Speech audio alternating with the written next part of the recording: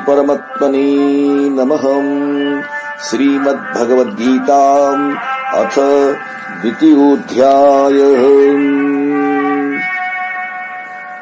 संजय उवाच तं तथा कृपयाविष्ट मश्रुपूर्णाकुलेक्षणम् विषीदन्तमिदं वाक्य मुवाच मधुसूदनः।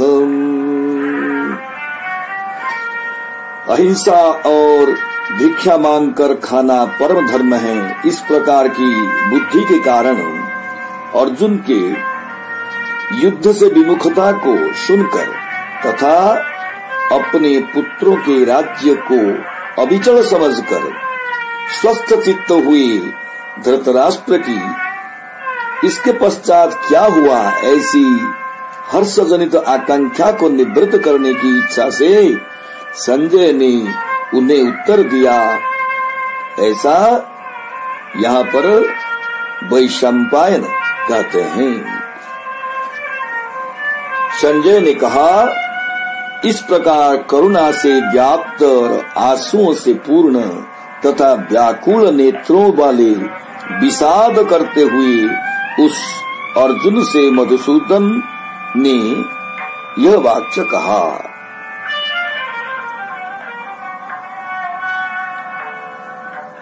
तो पद्म पुराण के क्रियायोग सार अध्याय में कहा है, मम माता मम पिता ममेयं गृहिणी गृहम् एतत् अन्यं ममत्वं यत् स मोह इति कीर्तितः। यह मेरी माता है, यह मेरा पिता है, यह मेरी गृहिणी है, यह मेरा गृह है। ऐसा जो ममत्व है उसे मोह या व्यामोह कहते हैं। तो ये मेरे हैं, इस प्रकार के व्यामोह से उत्पन्न स्नेह विशेष कृपा है। कृपा का सांकेतिकार्थ करुणा है और करुणा आत्म दुख ग्रहण की इच्छा के समान पर दुख प्रहाण की इच्छा को कहते हैं, अथवा दूसरों के दुखों के प्रहार अर्थात दूर करने की निरुपाधि की इच्छा को करुणा कहते हैं। कृपा अर्थात करुणा आत्मनीव परस्मिन् दुख प्रहेणेच्छा निरुपधि पर दुख प्रहाणेच्छा व करुणा, ऐसा योग वार्तिक में कहा गया है। प्रकृति में पर दुख प्रहाणेच्छा रूप करुणा की संगति नहीं होती है यहाँ, क्योंकि युद्धेच्छु युद्ध समारंभ में भावी विजय कल्पना से प्रफुल्लित हो शंखध्वनि कर रहे हैं, न कि किसी भी प्रकार का दुख प्रकट कर रहे हैं जिससे ऐसी करुणा जागृत हो। अतएव मधुसूदन सरस्वती कृपा का अर्थ स्नेह विशेष किया है, जो कि प्रकृतोपयोगी भी और उचित भी है, क्योंकि प्रकृति में अर्जुन के हृदय में ममता रूप अनादि भाव से उत्पन्न कृपा अर्थात स्नेह विशेष ही जागृत हुआ है। तो ये मेरे हैं, इस प्रकार के व्यामोह से उत्पन्न स्नेह विशेष इसका नाम कृपा है। उस स्वभाव सिद्ध कृपा से आविष्ट अर्थात व्याप्त यहाँ अर्जुन का कर्मत्व और कृपा का कर्तृत्व बतलाकर कृपा के आगंतुकत्व का निराकरण किया है। इसीलिए विषाद करते हैं।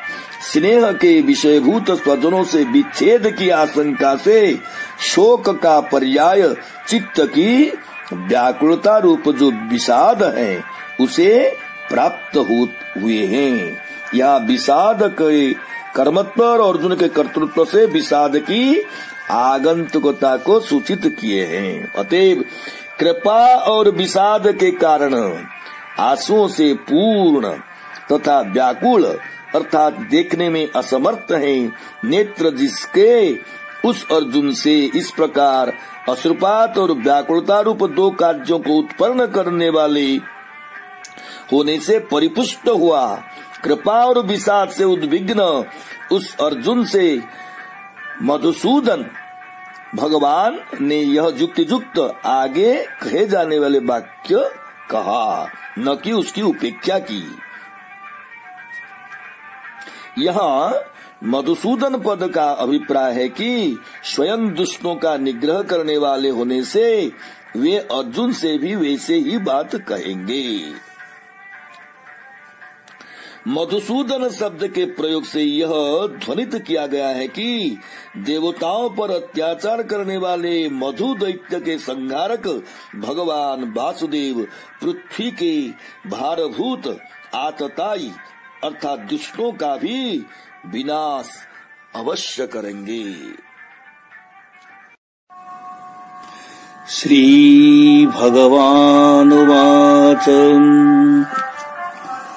कुतस्त्वाकस्मलमिदं विषमे समुपस्थितम् अनार्यजुष्टमस्वर्ग्यमकीर्तिकरमर्जुन।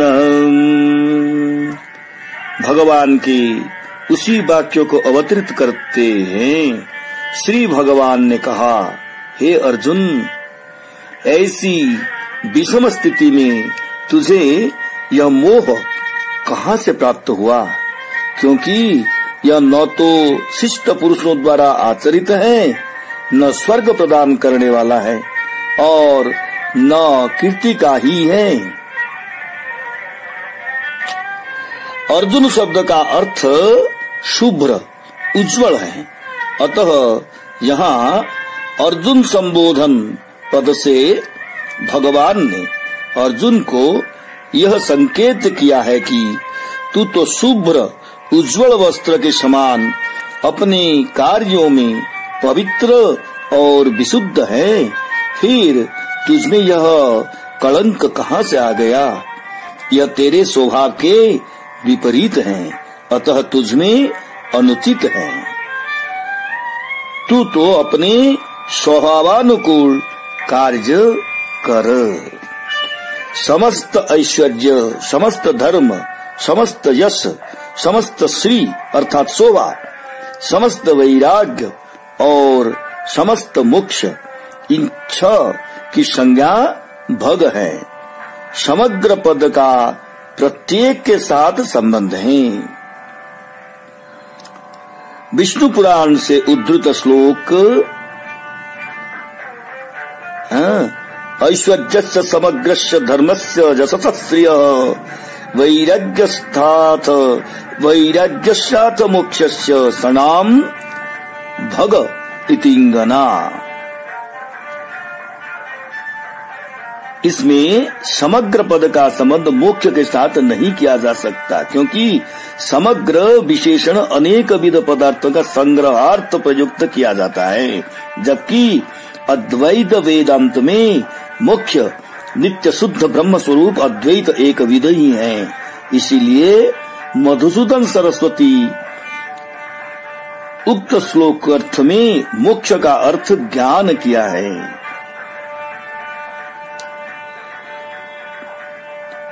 समग्र पद का प्रत्येक के साथ संबंध है। मोक्षस्य, मोक्ष की अर्थात मोक्ष का साधन ज्ञान की इंगना संज्ञा को कहते हैं। इस प्रकार के समस्त ऐश्वर्य आदि जिसमें नित्य अबाध रूप से रहते हैं वह भगवान कहलाता है। भगवान पद में नित्य योग के अर्थ में मतु प्रत्यय हुआ है। इसी प्रकार जो प्राणियों को उत्पत्ति, विनाश, उनकी आगति, गति और विद्या अविद्या को जानता है वह भगवान कहा जाता है। उत्पत्तिं च विनाशं च भूतानां आगतिं गतिं वेत्ति विद्याम विद्यां च सवच्चो भगवान इति। यहाँ भूतानां पद का प्रत्येक के साथ संबंध है। उत्पत्ति और विनाश शब्द उत्पत्ति और विनाश के कारण को ही उपलक्षित कराते हैं। आगति और गति शब्द आगामी संपत्ति और विपत्ति को कहते हैं। ऐसा भगवान शब्द का अर्थ श्री वासुदेव अर्थात वसुदेव पुत्र में ही पर्यवसित होता है, ऐसा कहा जाता है।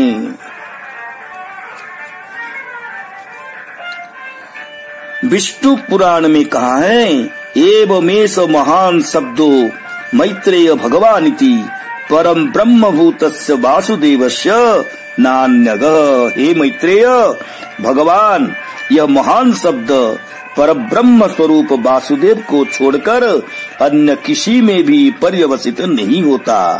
वासुदेव शब्द का व्युत्पत्ति में भी ऐसा ही है। भूतेषु वसते सोन्तर वसन्त्यत्र चतानि यत् धाता विधाता जगताम वासुदेवस्तत प्रभुः तथा च वसनात् सर्वभूतानां वसुत्वात् देवयोनितः वासुदेवस्ततो वेद्यो बृंहत्वात् विष्णुरुच्यते। ये महाभारत का है। पर्यवसित इति तथोच्यते। पूर्ण विराम के साथ यह वाक्य पूर्ति सर्वतोभावेन उचित है। हाँ, इसके पश्चात यदि भगवत पदार्थता का पोषक किसी ग्रंथ का वाक्य भी उद्धृत किया गया होता तो अधिक अच्छा होता।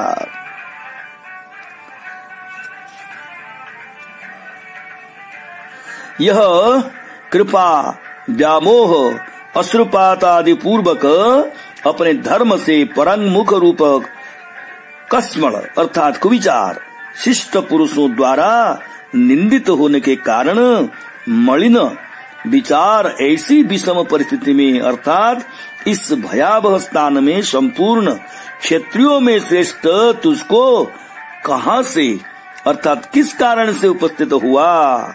क्या मोक्ष की इच्छा से हुआ अथवा स्वर्ग की इच्छा से या कीर्ति की इच्छा से? इस प्रकार किंग शब्द से इन तीन विकल्पों का आक्षेप है।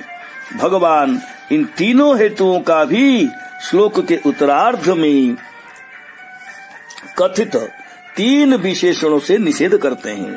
अनार्य दुष्ट, जो आर्य अर्थात मुमुक्षुओं द्वारा दुष्ट नहीं है अर्थात सेवित नहीं है। अर्थ यह है कि स्वधर्म से हुई चित्त शुद्धि द्वारा मोक्ष में इच्छा करने वाले और रागादिजन्य कषाय को क्षीण न कर देने वाले मुमुक्षुओं के द्वारा स्वधर्म कैसे त्याज्य हो सकता है? क्षीण कषाय वाले सन्यास के अधिकारी का तो वर्णन आगे किया जाएगा। अस्वर्ग का अर्थ है कि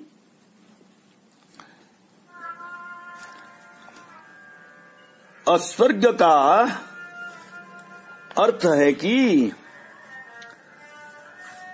स्वर्ग के हेतुभूत धर्म का विरोधी होने से यह स्वर्ग की इच्छा से सेवनीय नहीं है।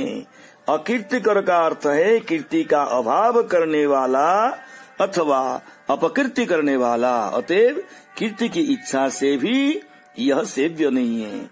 इस प्रकार यह मोक्ष, स्वर्ग और कीर्ति इन तीनों ही की इच्छा करने वालों के लिए त्याज्य है। ओहो, बड़े दुख की बात की इन्हीं की कामना वाला होकर भी तू इस कुविचार को सेवन करता है। तेरी यह चेष्टा अनुचित है, ऐसा इसका भाव है।